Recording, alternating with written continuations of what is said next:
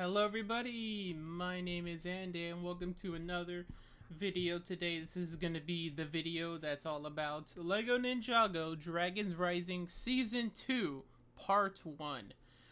This is episode 6. It does not tell me the title, but that's fine. I'm sure you all don't mind. You'll find out the title in the you'll find out the title in title of this video or in title of the episode, whichever you read first. You read Ninjago, and then you go click and sing, ooh, Ninjago. Or do you read the title and go, huh, let me watch this guy react to it. Anyways, last episode had more lore, definitely, about Bonzel. We got a little bit deep into the trainings between the team, both the new team and the old team. Well, roughly the old team. We got some harsh moments from what's his name, Egalt and Ryu. We got confirmation on what Wildfire's element is, which is heat, and we learned that the Spinjitzu brother books are canon to Ninjago, which I still have not read. The only one book that I got it like a Barnes and Noble a few years ago in some distant city. Anyways, so what else did I have? Oh yeah. Bonzel is a spell that was too powerful, or that was so powerful rather, that gained sentience and awareness of itself. So she went out to basically through the realms for centuries, not being able to be seen or heard by anyone. Well, she said seen specifically, so I would imagine if she spoke, someone could hear her. But they wouldn't really have anywhere to look because she's a little spirit ball. But it wasn't until she saw Wu, and Wu saw her back, which is really cool. It makes Wu a lot cooler, in my opinion, that he can visualize spells. It just makes him all the more cooler to me, and makes it even more sad that he's probably gone forever. I say that, but he was responsible for trapping the Wolf Warriors in the Void the last episode.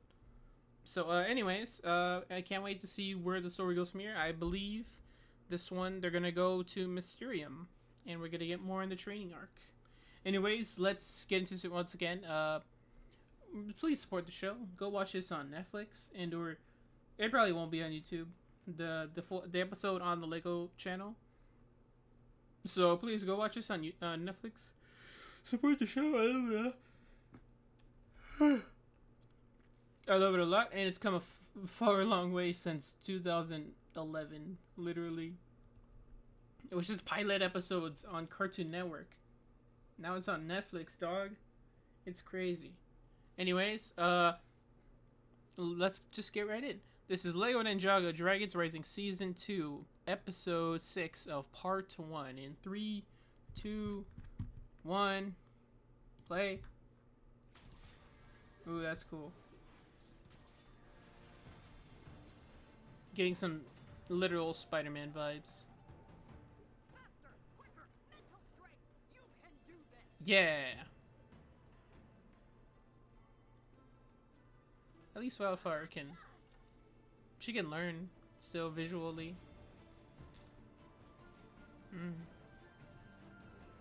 Spinjitzu laid out in an area that's reflecting the appearance of Spinjitzu specifically, or what does that mean? Okay, that was so I don't know. We'll discuss this in a minute. Okay, wow. So this was not so much a lore episode, but more so like actiony. Like we get more bits with the students training. We get more areas with it's a traversing thing, with Cole and the others making their way over to Mysterium. They run into Dorama. I did not think we'd run into him so soon. They go into the stage, or was that stage always there, and he just happened to find it, or did I would imagine we have seen stages be appearing out of deserts from random time to time, like very specifically the stage that was in the center of Ouroboros, the once ancient city where the snake people lived, the Serpentine. They used to live there, apparently, and it was like a giant stage, essentially. You know, where they hosted Slither Pits and all that, and where Nia and the ninja fought each other that one time. And so here we have, let's see. So yeah, but I like these little bits of moments where they make it clear that, as much as they do say, okay, yeah, so the ninja is part of Cole's family, they don't shy away from making it very clear that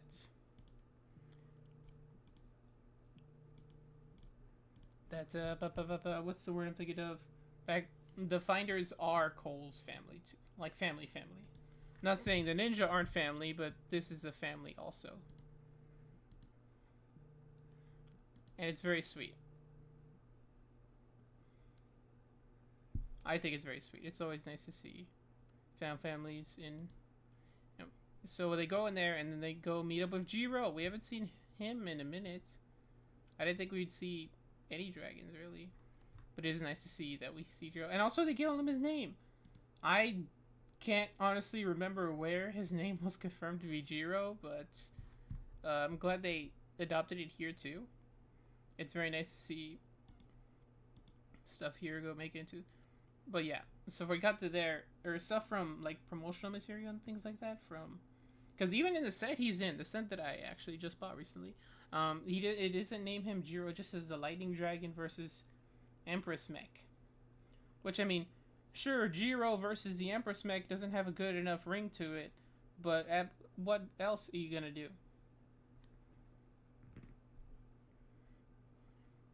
But yeah, I like how we have this little talk between Aaron and Lloyd. Aaron's still super insecure about himself, and Lloyd talking about his insecurities to do with his visions. Which, like, you know, it makes sense for them to have a little moment like this, especially with, you know, both sides are really struggling to deal with what's going on in their heads and in their performances, because it really is kind of the same. Aaron's Spinjitzu is unstable, and Lloyd freezes up whenever he has those visions at random times. This is all over the place. But I like how we have this neat little scene between Nia and Kai performing this this game of where you, I guess, you throw a ball in a hoop. They are definitely balding. But I liked how we get more Spinjitzu versus Spinjitzu combats, which is something we never see. We never see them boinking each other in tornadoes as commonly as it is here, which is very interesting. And also we meet the best character in the world. We don't get their name. We just see. So what is their name? Look at him. What is their name? I wonder what their name is. Is it Rocky? Is it Rock? Is it Rockyton? Look at, they have eyelashes too, which is neat. They look neat. And I like how when they first roll up, or we go back to the Finders, and I like how they first roll up, they all were well, of course Zane is in his Detective Zane attire, but Cole and Bonzo here, they're rocking hoods, which looks kind of good. Even though Bonzo being a skeleton in a brown hoodie gives me Lich vibes, I'm just gonna go ahead and say, no, I'm not gonna think about the Lich. I also bump into that one fire thing. The whatever it's called. I can't remember the names. The Lava Tides, yes. Or is the Lava Tides a location? I'm thinking of some whatever. Hold on. There he is. Wait, no. Yeah, here. Look at him. Boom. Honestly, I want to go with the... If I would get a custom... here's a custom how to build Lava Tides from Ninjago. I'm probably just going to use a rock monster. You know, from Power Miners, and then just put a top hat on him. It'll be great. It'll be epic. Everyone will love it so much.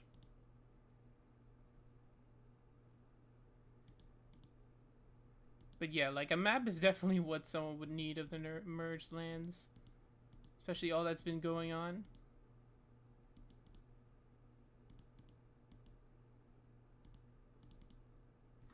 Actually, though, here's another meme. Yeah, also, there's another Frohiki person. They are orange. But also look at Cole here. That's a good meme. And I expected more Easter eggs from their shop place, but they just go on about toothbrushes and whatever that one thing was. And like how Zane has to digitally attach or digitally grow his mustache. Very cool. And he does not get recognized either. Well, he sort of does, but I like to think it was because of Cole. Because Cole wasn't wearing a mustache. If he had worn a mustache and gotten all the way back to Rocky Danger buff, he would have been immediately unrecognizable. At least that's what I think. Yeah, so Fidulian knows Roz and knows Roz. He knows freaking, why can't I think of his name? Dorama. He's friends, which I mean, it makes sense for them. Okay, so this map. We have the map here. Look at this. Where is this? It's not that helpful.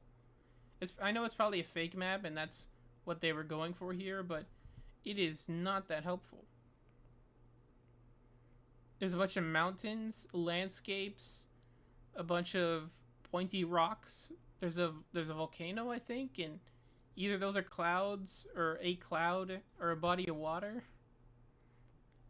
It's not even close to the entire map of the world. But sure, go ahead. It's and they pass through this poison cloud, which I can understand why clearly people such as Jiro Cool are affected, but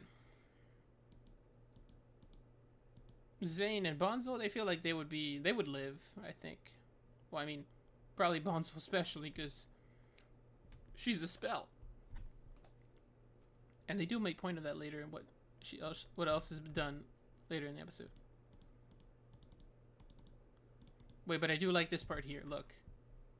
When Zane fobs down, he spinjitsus down to catch Bonzo, who, while Bonzo is landing, Cole does a freaking superhero landing back there.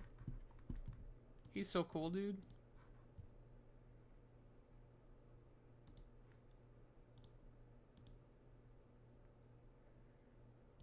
Yeah, I like how he also complains, like saying, "Hey, Ryu, you have to learn about this too," which is kind of funny, seeing Big Ryu doing little things like this. Because, I mean, it is fair. I don't think we could have seen Baby Ryu do stuff like this. Balancing one beep. Well, I mean, probably, but he's not like little Ryu had a more proportional, like, he was just a little baby pretty much. I don't think he could do much because of his body type. But yeah, they do mention here saying, you know, Laura has elemental power, but she cannot use Spinjitzu. Which is a really great parallel, really, to Aaron's situation. He has Spinjitzu, but no elemental power. There really are, and from what it seems like, it doesn't seem to be like either or is going to achieve what they're missing. You know, Spinjitzu doesn't seem to be doing too good for Sora and or Ryu, I guess, but for Aaron, he straight up just doesn't have an element of power and is even apparently not even good at Spinjitzu. So like, really, it's Aaron who's kind of getting the worst of both things, pretty much. Which, I mean, poor boy doesn't deserve that, and he's gonna need to be the greatest ninja, as Lloyd says, which is base Lloyd. And I like how this little talk between Egalt and Wildfire, it's kind of neat. And I like how she bonks him on the nose. Very funny, very cool. So we cut back to... I like how Bonzo says she's not responsible for her. Because even if they do go, then if they get in danger, it's literally not his fault. Also, this map is also continuing to be useless. It's probably made that way on purpose because they want to people to say, "Hey, here's the lore." Nah, they're gonna save that. They don't want to spoil all the locations. That's what they're doing. They don't want to spoil all the locations of all the cool things about all the realms. That, and I just noticed Zane has a hole on his head. I mean, it's probably like that on the other side, but I never noticed that. That's neat. Back of his head. That's cool. But yeah, also here when they have Lloyd and Aaron doing their basketball match, it is not a fair fight. This is the Spinjitzu master. Literally the chosen one of all destinies. In more ways than one. And Aaron has to fight him. Well, not fight him, but pretty much train against him. But yeah, they do mention here, Egot himself says, he relies too much on strength. And Egot sees force and strength work counter to the motion of the world. So, like, this is hypothetical, right? But if Aaron cannot do Spinjitzu, if Aaron cannot do Rising Dragon, could he perhaps do Shatter Spin and use it for good only? Is that in the realms of possibility? Perhaps is that too much of a bad thing? But also, poor Aaron here. He makes one of them hits. He gulped in the face. It makes him look pretty much dead from this frame. See, bro does not have a good time. But yeah, they're all approached by. I didn't say there wasn't a mirage, but pretty much a wishing well. Well, or just a regular well.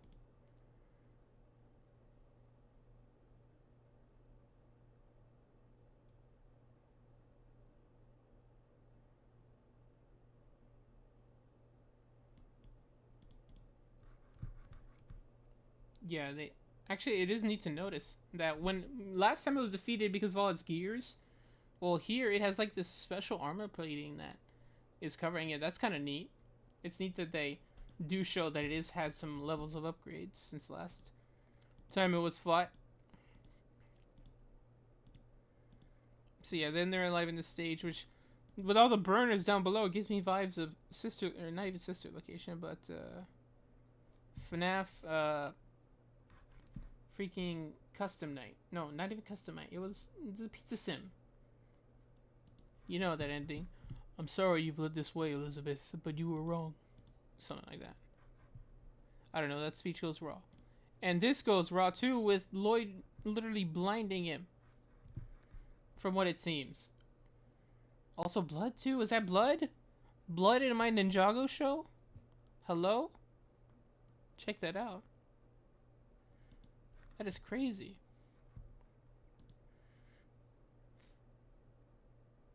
Yes, as you can see out of the eyes, I'm not even sure this injury will heal. Which is crazy, because now that's even more blame on Aaron. Poor Aaron, dude. He's going through a lot. But yeah, he says he's not ready, and then demotes him down to first Fang. Which, I mean, it makes sense to not feel good about that, but also don't make it seem like it's the worst thing in the world in front of Sora. Just saying.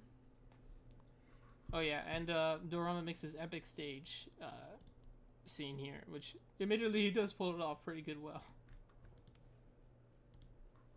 He's framing in with this hat covering his face. That's kind of cool. And like how as much as he planned for... Okay. Hold on, this is the best frame. There we go. I like they planned this for other ninjas specifically, but didn't realize he would run into the wrong ones. That's great. That's funny. And he's like, are we supposed to know him? And he's like, I never personally met him, but his name is Dorama. Awesome. But yeah, he discovers this place, which is intricate. Like, just a random stage that was in this desert. Because it doesn't even look like it was buried that much. It just looks like it was formed into the land, which is interesting. Could it be from Imperium because of the glowy orange? Because, like, it does look old also with all the bits of, like, the purple scratches up there and the stages and the stage curtains. It looks old. So, like, it's definitely not new. So, why is there a stage in the desert? Is this another? Can we get another like callback to the next season? Saying, "I'm the one who built this stage," and it's, I don't know, Roz or somebody. And I like how Bonzo here locks in and just walks through the cage, which it makes perfect sense from what we've seen. Like if you touch it, it's like electrical. It's like, not to tie this in, but it's like in Steven Universe, right, where they have the it's the what's it called? It's not the injector. It's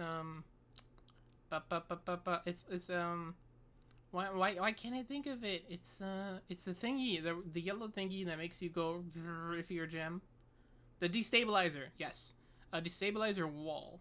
And when a gem goes to try to touch it, it destabilizes their form. It's like an electric shock to them, but it damages their form. So like it would, it's similar for humans here, but Bonzo just walks through it. I would assume it's also because she's part skeleton in form now, but she says it herself. It's because. Wait, right here. This is a good frame. She's a spell.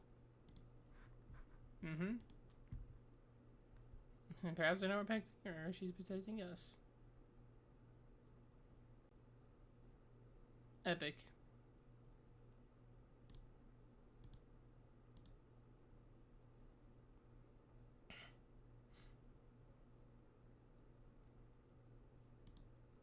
So yeah, Bonzo locks in and runs past everybody to get to the thing.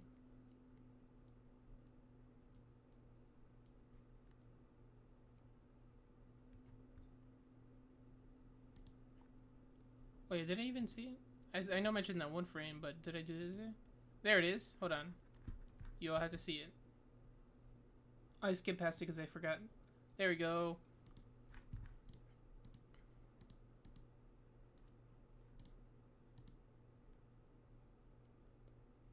Epic, very epic. And then we have this cool mech versus robot fight. But also we do see these drones that were from Imperium now repurposed into.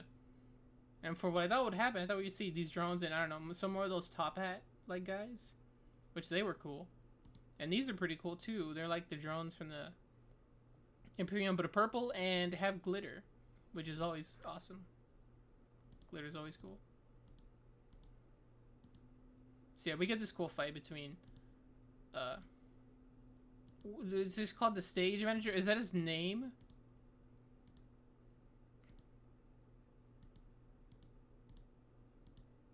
And I like how he does beat on his chest to show that it's indication that, okay, this is a good frame. Hold on. Up. There we go. Epic. And like how he first does that.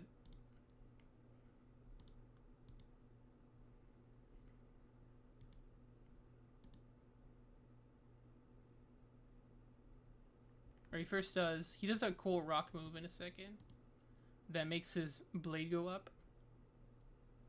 But I can't pinpoint where exactly.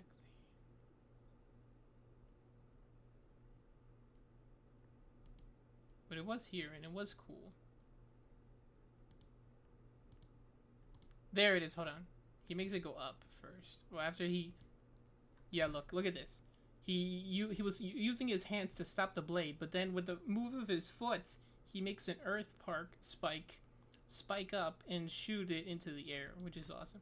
But also, even if he can't defeat it with the mech, he surely has rock form. So just suggesting that it wouldn't have been totally over.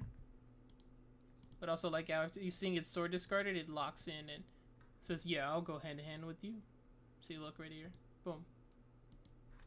And of course he does, but then he goes shock, and gets decapitated, pretty much. But we don't see the whole after effects. We just see Drama defeated here. Which is deserved. Even more deserved when he gets captured and put in the thing. Everybody mocking him. Deserved. He's gonna go back to. Would he be sent to Cryptarium? Or do they have a new prison system now? I would guess they have a new prison system because, I mean, with all the realms, there's probably a lot of more prisons now. At least for specific bad people. Which would be interesting. And we get another map here. And they are not specific. Okay, but is it me or does the little front gate stage thing look like a mustache? What if that's the owner of the stage? Mr. Mustache Man. And whoever this Mustache Man may be, it would be leading to an actual magician. We're cooking here. We're cooking. That could totally be it. Okay, so this here we go to this very cool landscape where it's all like it's like an aurora borealis, or literally probably the shimmer from Annihilation, more likely. It does look more so like that, especially with how it shimmers in certain scenes. What's a good frame? Here we go. And it just bloop in. So when they do here, initially my thought is, oh, okay, they it's just a random place, or also it's a random place, and or also it's a very intricate looking building, and or it's the monastery of Mysterium, which that's a MNMOM mom, which is, and there's a rainbow. There's rainbow. There's stars everywhere. There's literally star shapes, or kind of stars. Look at that. There's like stars going in around this area. There's interesting. Okay, so it looks like a monastery, but it's not. Actually, would Cole have known about the monastery of Imperium? Was he told that? Because there are stuff here. There's a ladder. There's a dragon in the center. There's a thing over there. There's a thing over there. Is that a portal thing at the top? It is interesting. There's a rainbow too. That's very neat. Is there a pot of gold? Do they have Ninjago leprechauns?